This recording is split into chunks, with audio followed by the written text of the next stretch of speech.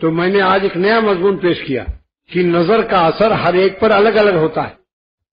جیسے 10 آدمیوں نے کسی حسین کو دیکھا، 10 پر الگ الگ اثر پڑے گا. لہذا جن لوگوں کا حس تیز ہے اور ان کے علاقے حساس کہلاتے ہیں. اخباروں میں آ جاتا نا کہ حساس علاقوں میں کرفیو لگا دیا گیا. میں ان علاقوں کا نام بھی نہیں لوں گا تاکہ کہیں اس کا آدمی یہاں بیٹھا ہو کہے دیکھو مولانا نے آج ہمارے علاقے کی تو تھوڑی سی انسلٹنگ کی ہے، انسلٹنگ. لہذا حساس علاقے ہر ایک کے الگ الگ ہیں.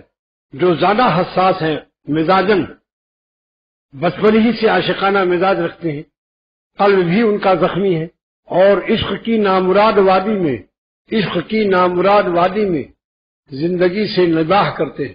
تو جو نامراد وادیوں سے گزرے ہوئے ہیں ان کی وہ حساس علاقے ہیں. ان کے لیے طائرانہ نظر بھی غائرانہ نظر سے زیادہ مضر ہے.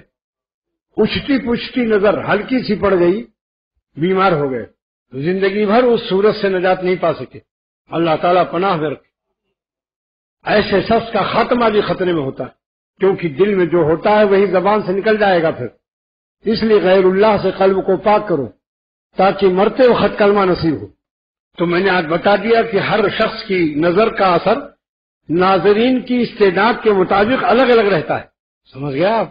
کسی کی زخم میں گہرائیاں زیادہ ہیں.